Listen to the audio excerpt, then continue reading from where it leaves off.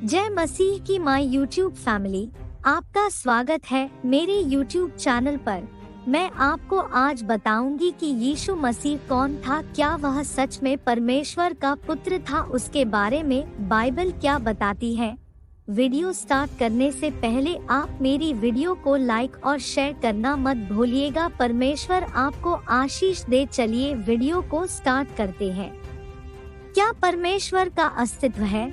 यह सामान्य रूप से स्वीकार किया जाता है कि यीशु सच में एक मनुष्य था जो लगभग 2000 वर्ष पहले इस्राएल की धरती के ऊपर चला फिरा था। वाद विवाद तब आरंभ होता है जब यीशु की पूर्ण पहचान के विषय पर विचार होता है। लगभग हर एक मुख्य धर्म यह शिक्षा देता है कि यीशु एक पैगंबर या एक अच्छा शिक्षक या एक धार्मिक पुरुष था। समस्या यह है कि बाइबल हमें बताती है कि यीशु अनंतता से ही एक भविष्यवक्ता, एक अच्छे शिक्षक या एक धार्मिक पुरुष से कहीं अधिक बढ़कर था। C.S. लुईस अपनी पुस्तक मियर क्रिश्चियनिटी, केवल मात्र मसीहियत में यह लिखते हैं, मैं यहाँ पर किसी को भी उस वास्तविक मूर्खता पूर्ण बात को कहने से रोकने का प्रयास कर रहा हूँ जिसे लोग अक्सर उसके यीशु मसीह के बारे में कहते हैं। मैं यीशु को एक महान नैतिक शिक्षक के रूप में स्वीकार करने को तैयार हूँ, परंतु मैं उसके परमेश्वर होने के दावे को स्वीकार नहीं करता। यह एक ऐसी बात है जो हमें नहीं कहनी चाहिए। एक मनुष्य जो केवल एक मनुष्य था और इस प्रकार की बातें कहता था जैसी यीशु ने कही, एक महान नैतिक शिक्षक नहीं हो सकता। वह या तो एक पागल व्यक्ति होगा उस स्तर पर जैसे कोई व्यक्ति कहे कि वह एक सड़ा हुआ अंडा है, या फिर वह नरक का शैतान हो सकता है। आपको अपना चुनाव करना चाहिए। या तो यह व्यक्ति जो परमेश्वर का पुत्र था और है, या फिर कोई पागल या कुछ और इससे भी ज्यादा बुरा व्यक्ति। आप मूर्खता के लिए उसे चुप करा सकते हैं, उस पर थूक सकते हैं और एक दुष्टात्मा के रूप में उसे मार सकते हैं, या आप उसके चरणों में गिरकर उसे प्रभु और परमेश्वर कह सकते हैं। परंतु हमें कभी भी कृपा से भरी हुई मूर्खता के साथ यह निर्णय नहीं लेना चाहिए कि वह एक महान शिक्षक था। उसने यह विकल्प हमारे लिए खुला नहीं छोड़ा है। उसकी ऐसी कोई मंशा नहीं थी, इसलिए यीशु ने अपने लिए कौन होने का दावा किया। बाइबल क्या कहती है कि वह कौन था? सबसे पहले यूहन्ना 10 से 30 में यीशु के शब्दों की ओर देखते हैं। मैं और पिता एक हैं।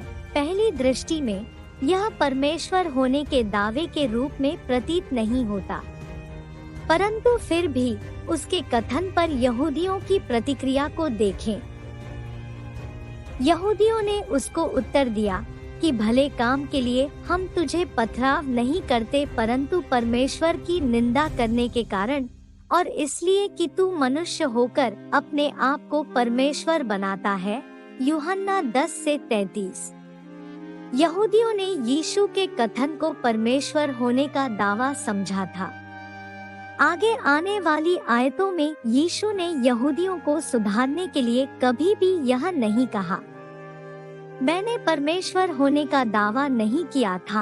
यह संकेत देता है कि यीशु यह घोषणा करते हुए कि मैं और पिता एक हैं, सच में कह रहा था कि वह परमेश्वर है। यूहन्ना 8 से 58 एक और उदाहरण है। यीशु ने कहा, मैं तुमसे सच सच कहता हूँ कि इससे पहले कि अब्राहम उत्पन्न हुआ, मैं हूँ। एक बार फिर प्रतिक्रिया में यहूदियों ने पत्थर उठाकर यीशु को मारने की कोशिश की। यीशु ने अपनी पहचान की घोषणा मैं हूँ करके दी। वह पुराने नियम में परमेश्वर के नाम का सीधी तौर पर लागू होता था। यहूदी फिर से यीशु को क्यों पत्थरवाह करना चाहते थे? यदि उसने कुछ ऐसा नहीं कहा था जिसे वे परमेश्वर की निंदा करना समझ रहे थे, अर्थात परमेश्वर होने का दावा, परंतु पुत्र से कहता है कि हे परमेश्वर, तेरा सिंहासन युगानुयुग रहेगा, तेरे राज्य का राजदंड न्याय का राजदंड है। पुराने नियम की मसीह के प्रति की गई भविष्यवाणियां उसके ईश्वरत्व की घोषणा करती है कि क्योंकि हमारे लिए एक पुत्र दिया गया और प्रभुता उसके कांधे पर होगी और उसका नाम अद्भुत युक्ति करने वाला पराक्रमी परमेश्वर, अनंत काल का पिता और शांति का राजकुमार रखा जाएगा। यशाया 9:6। इसलिए ही जैसा किसी एस लुईस ने दलील दी है कि यीशु को एक अच्छे शिक्षक के रूप में मानना कोई विकल्प नहीं है। यीशु ने स्पष्ट रूप से और परमेश्वर होने के इनकार न किए जाने वाले दावों को किया है। यदि वह परमेश्वर नहीं है तो फिर वह झूठा है और इसलिए एक पैगंबर, अच्छा शिक्षक या धार्मिक पुरुष नहीं है। यीशु के शब्दों की व्याख्या करने की कोशिश करते हुए आधुनिक विद्वान यह दावा करते हैं कि वास्तविक ऐतिहासिक यीशु ने उन बहुत सी बातों को नहीं कहा जिन्हें बाइबल में उसने कहा है। परमेश्वर के वचन के साथ बहस करने वाले हम कौन होते हैं कि यीशु ने क्या कहा या क्या नहीं कहा? कैसे कोई एक विद्वान जो यीशु के 2000 साल बाद आया में ऐसा उत्तम बोध उनकी बजाय जो उसके साथ रहे, जिन्होंने उसकी सेवा की और स्वयं यीशु से शिक्षा पाई से कैसे हो सकता है कि यीशु ने क्या कहा या क्या नहीं कहा? यूहन्ना 14:26। यीशु की सच्ची पहचान के ऊपर प्रश्न इतना महत्वपूर्ण क्यों है? इस बात के क्या मायने हैं कि यीशु परमेश्वर है या नहीं? इसका सबसे महत्वपूर्ण कारण यह है कि यीशु को इसलिए परमेश्वर होना था। वह यह है कि यदि यीशु परमेश्वर नहीं है तो उसकी मृत्यु पूरे संसार के पापों के जुर्माने की कीमत अदा करने के लिए पर्याप्त नहीं हो सकती थी। केवल परमेश्वर ही ऐसे असीमित जुर्माने को भर सकता है। यीशु को परमेश्वर होना था ताकि वह हमारा कर्ज को अदा कर सके। यीशु को मनुष्य होना था ताकि वह मर सके। उद्धार केवल यीशु मसीह में विश्वास करने पर ही उपलब्ध है। यीशु का ईश्वरत्व ही है क्योंकि वही उद्धार का एकमात्र मार्ग है। यीशु का ईश्वरत्व ही है जिस कारण उसने यह घोषणा की कि मार्ग और सच्चाई और जीवन मैं ही हूँ। बिना मेरे द्वारा कोई पिता के पास नहीं पहुँच सकता। प्रेरितों के काम 20-28 हमें बताता है कि तुम परमेश्वर की कलीसिया की रखवाली करो जिसे उसने अपने लहू से मोल लिया है। जिसने कलीसिया को मोल लिया है, परमेश्वर की कलीसिया को अपने लहू से मोल लिया है। अर्थात यीशु मसीह ने प्रेरितों के काम 20-28 घोषणा करती है कि परमेश्वर ने उसकी कलीसिया को अपने स्वयं के लहू से मोल ले लिया है। इसलिए यीशु ही परमेश्वर है। चेले थोमा ने यीशु के संबंध में ऐसी घोषणा की है कि हे मेरे प्रभु, हे मेरे परमेश्वर। यीशु ने उसे नहीं सुधारा। तीतुस 2:13 हमें हमारे परमेश्वर और उद्धारकर्ता यीशु मसीह के आगमन के लिए इंतजार करने के लिए उत्साहित करता है। इब्रानियों 1:8 में पिता यीशु के लिए ऐसी घोषणा करता है कि परंतु पुत्र के विषय में कहता है कि हे परमेश्वर, तेरा सिंहासन युगानुयुग रहेगा, तेरे राज्य का राजदंड न्याय का राजदंड है। पिता यीशु को हे परमेश्वर कहकर उल्लेख कर रहा है, जिस कारण यीशु ही निश्चय परमेश्वर है। प्रकाशित वाक्य में एक स्वर्गदूत प्रेरित यूहन्ना को केवल परमेश्वर को ही दंडवत करने के लिए निर्देश देता। प्रकाशित वाक्य 19:10। पवित्र शास्त्र में कई बार यीशु ने आराधना को प्राप्त किया है। उसने लोगों को कभी भी उसकी आराधना करने के लिए नहीं फटकारा। यदि यीशु परमेश्वर नहीं होता तो उसने लोगों से कह दिया होता कि वे उसकी आराधना न करें। ठीक वैसे ही जैसे स्वर्गदूत ने प्रकाशित वाक्य में किया।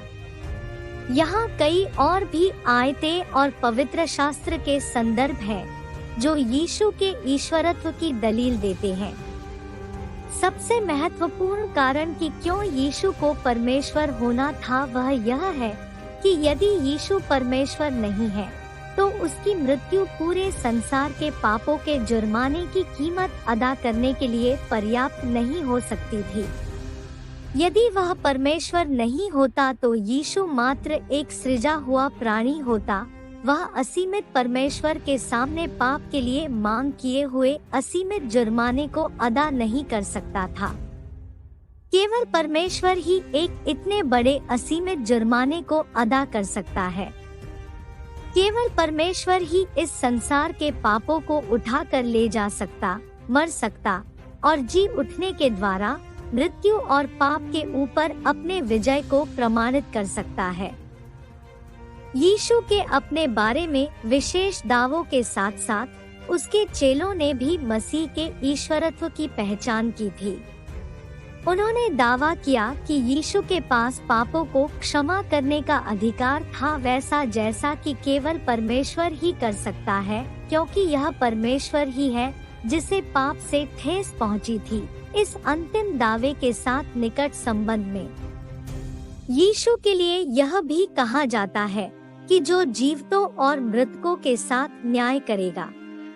पवित्र शास्त्र के वे उदाहरण जो मसीह के ईश्वरत्व के बारे में शिक्षा देते हैं बहुत से हैं, परंतु इनमें से एक ही यह बताने के लिए पर्याप्त है कि मसीह उसके अनुयायियों के द्वारा परमेश्वर समझा जाता था। यीशु को वे भी नाम दिए गए हैं जो पुराने नियम में विशेषकर यहोवा परमेश्वर का औपचारिक नाम को दिए गए हैं। पुराने नियम का नाम छुटकारा देने वाला को नए नियम में यीशु के लिए प्रयोग किया गया है। यीशु को मत्ती 1 में इम्मानुएल अर्थात परमेश्वर हमारे साथ कहा गया है। जकरिया 12 से 10 में यह यहोवा ही है जो यह कहता है कि तब वे मुझे ताकेंगे, अर्थात जिसे उन्होंने बेधा है। परंतु नया नियम इसे यीशु के क्रूस पर चढ़ाए जाने पर लागू करता है। अगर वह यहोवा है जिसे बेधा गया और ताका गया, और यीशु भी ऐसा था जिसे बेधा गया था और ताका गया था, तब तो यीशु यहोवा है। पौलुस यशायाह 45, 22, 23 के अनुवाद को यीशु पर फिलिपियों 2, 10, 11 में लागू करता है। इसके अतिरिक्त यीशु का नाम यहोवा के साथ प्रार्थना में भी लिया जाता है, परमेश्वर पिता। और हमारे प्रभु यीशु मसीह की ओर से तुम्हें अनुग्रह और शांति मिलती रहे। यदि मसीह में ईश्वरत्व नहीं था तो यह परमेश्वर की निंदा करना होगा। यीशु का नाम यहोवा के साथ यीशु के द्वारा बपतिस्मे के संस्कार की आज्ञा में प्रकट होता है। पिता और पुत्र और पवित्र आत्मा के नाम से जो कार्य केवल परमेश्वर के द्वारा किए जा सकते हैं, उन्हें यीशु को भी दिया गया है। यीशु ने न केवल मुर्दों को ही जिलाया और पाप क्षमा किए, अपितु उसने ब्रह्मांड की सृष्टि की तथा उसे संभाले हुए है। यह बात उस समय और भी ज्यादा सामर्थी बन जाती है जब हम यह विचार करते हैं कि यहोवा ने कहा था कि सृष्टि को बनाते समय यहोवा अकेला था। इसके अतिरिक्त यीशु में वे गुण थे जो केवल ईश्वर में ही हो सकते हैं: अनंतता, सर्वव्यापकता, सर्वज्ञता, सर्वसामर्थी। अब परमेश्वर होने का दावा करना एक बात है, या किसी को मूर्ख बनाना एक अलग बात है कि वह यह विश्वास करे कि वह सच्चाई है, और ऐसा होने का प्रमाण देना कुछ और ही बात है। मसीह ने अपने ईश्वरत्व के दावे को प्रमाणित करने के लिए कई आश्चर्य कर्म प्रकट किए। यीशु के कुछ आश्चर्य कर्मों में पानी को दाखरस बनाना, पानी पर चलना, भौतिक वस्तुओं में वृद्धि करना, अंधों को, लंगड़ों को और बीमारों को चंगा करना, और यहाँ तक कि मुर्दों को जिंदा करना सम्मिलित है। इनके अतिरिक्त मसीह स्वयं मुर्दों में से जी उठा। अन्य जातियों की कपोल कथाओं के कहे जाने वाले देवताओं के मरने और उठने से बिल्कुल अलग है।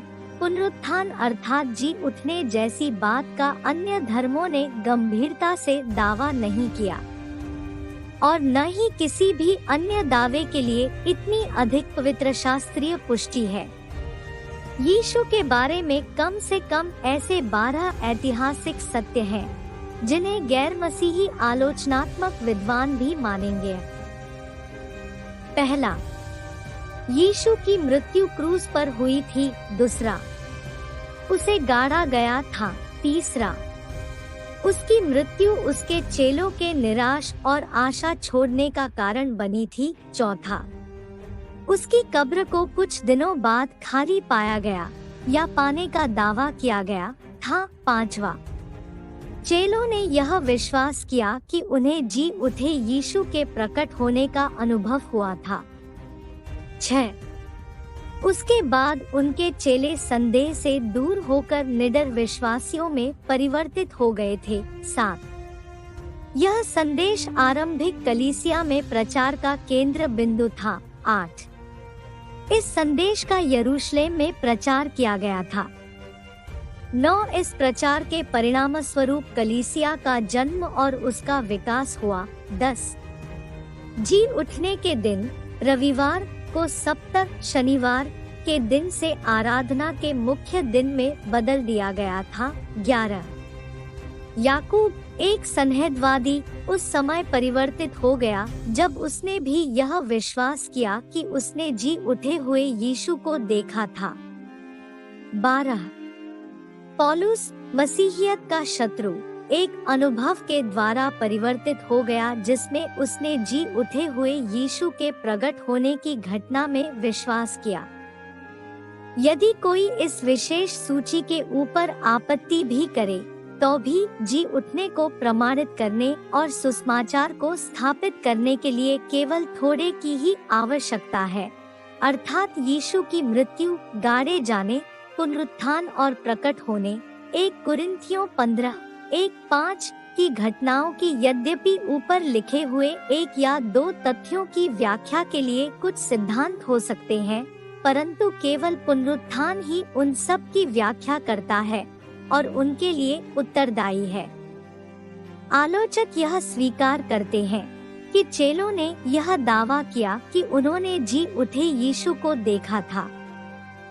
न तो झूठ न ही मतिभ्रम इस तरह से लोगों को परिवर्तित कर सकती है जैसा कि पुनरुत्थान ने किया था। सर्वप्रथम उनको इससे क्या लाभ होता? मसीहियत इतनी लोकप्रिय नहीं थी और निश्चित रूप से वे इससे पैसा नहीं कमा सकते थे। दूसरा, झूठे लोग अच्छे शहीद नहीं बन सकते। अपने विश्वास के लिए चेलों ने स्वेच्छा से डरावनी तरह की मृत्यु को भी स्वीकार कर लिया। पुनरुत्थान की इससे अधिक अच्छी व्याख्या नहीं हो सकती है। हाँ, कई लोग उन असत्यों के लिए मरते हैं जिन्हें वे सत्य समझते हैं, परंतु कोई भी उस वस्तु के लिए नहीं मरता जिसे वह जानता हो कि वह असत्य है। सारांश में, मसीह ने यह दावा किया था कि वह यहोवा है, वह ईश्वर है, बस केवल एक ईश्वर मात्र ही नहीं, परंतु सच्चा परमेश्वर। उसके चेले, यहूदी लोग जो कि मूर्ति पूजा से डरे हुए हो सकते थे, उस पर विश्वास करते थे तथा उसे परमेश्वर कहकर उल्लेख करते थे। मसीह ने अपने ईश्वरत्व के दावों को आश्चर्य कर्मों के द्वारा प्रमाणित किया, जिसमें कि संसार को हिला देने वाला पुनरुत्थान भी शामिल था। कोई भी अन्य परिकल्पना इन तथ्यों की व्याख्या नहीं कर सकती है। हाँ, मसीह का ईश्वरत्व बाइबल आधारित है। तो दोस्तों, यह थी यीशु मसीह के बारे में जानकारी। तो आपको कैसा लगा कमेंट में जय मसीह की लिखना मत भूलिएगा। Thank you for watching my video. मैं आशा करती हूँ आपको मेरी वीडियो पसंद आई होगी। धन्यवाद।